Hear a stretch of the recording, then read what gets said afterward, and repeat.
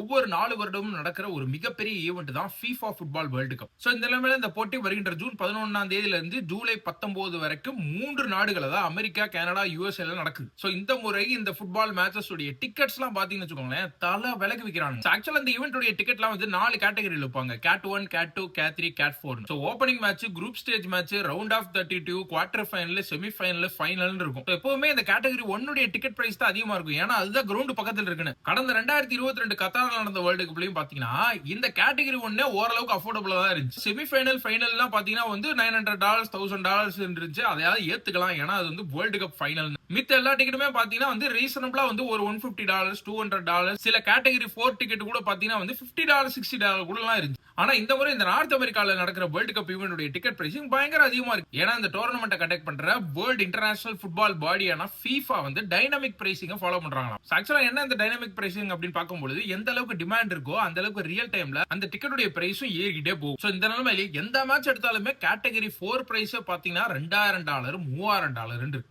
World cup உடைய final மேட்சான category 1 டிக்கெட்லாம் பாத்தீங்கன்னா வந்து $15000 $20000 அப்படின்னு சொல்றாங்க. சில டிக்கெட்லாம் பாத்தீங்கன்னா 1 மில்லியன் 2 மில்லியன் விக்கிறானுங்க. ஆக்சுவலா எத்தனையோ ஸ்போர்ட்ஸ் இருந்தாலுமே இந்த ஃபுட்பால் அப்படின்றது ஏன் உலகம் ஃபுல்லா ஃபேமஸா இருக்கு அப்படின்னு பாத்தீங்கன்னா எல்லாருக்குமே இது ஈஸிலி ஆக்சஸபிள், யார் நினைச்சாலுமே விளையாடலாம். இப்படிப்பட்ட ஒரு ஸ்போர்ட்டுடைய கவர்னிங் பாடி வந்து எந்த அளவுக்கு மக்கள்கிட்ட இருந்து காசை புடுங்க முடியுமோ அந்த அளவுக்கு புடுங்க தான் பாக்குறாங்க. சோ இந்த மாதிரி ஈவென்ட்க்கு வந்து FIFA வாலண்டியர்ஸ் அப்படின்னு சொல்லி செலக்ட் பண்ணுவாங்க. அவங்களுக்கு காசெல்லாம் கொடுக்கிறது கிடையாது. அவங்களுக்கும் வந்து ஒரு எக்ஸ்பீரியன்ஸ் அப்படின்னு சொல்லி அவங்கள உள்ள வச்சு வேலை வாங்குறது. மேலும் இந்த மாதிரி டொரண்டோல நடக்கிற போட்டியில எல்லாம் பாத்தீங்கன்னா வந்து வாட்டர் பாட்டில் கூட வெளிய இருந்து கொண்டு போக முடியாதான். உள்ள வந்து $8 விற்பாங்க. அதை வாங்கணும். இவ்வளவு என்ன FIFAவே வந்து FIFA பீஸ் பிரைஸ் அப்படின்னு சொல்லி டொனால்ட் ட்ரம்ப் கொடுத்தாங்க. அந்த டொனால்ட் ட்ரம்பே சொல்லி இருக்காரு இவ்வளவு காசு கொடுத்து நான் டிக்கெட் வாங்க மாட்டேன் அப்படின்னு. எனக்கு ரொம்ப நாளா FIFA வேர்ல்ட் கப் மேட்ச் லைவ்ல போய் பார்க்கணும். அது எந்த மேட்சா இருந்தாலும் பரவாயில்லன்னு ஆசை. சோ இந்த மாதிரி கனடாலே நம்ம இருக்கோமே, அதுவும் டொரண்டோல கனடாவே பாஸ்னியா கூட ஒரு மேட்ச் ஆட போறாங்க, போய் பார்க்கலாம் அப்படின்னு பாத்தீங்கன்னா இவனுங்க விக்கிற விலைக்கு வந்து கண்டிப்பா என்னுடைய 10 மாசம் ரெண்ட கட்டணும்னு நினைக்கிறேன். அதனால நான் என்ன முடிவு பண்ணிருக்கேன் அப்படின்னு பாத்தீங்கன்னா கிரவுண்டுக்குள்ள போனா தானடா காசு கட்டணும், கிரவுண்டுக்கு வெளியே இருந்தே நான் கத்திட்டு வந்துருவேன்.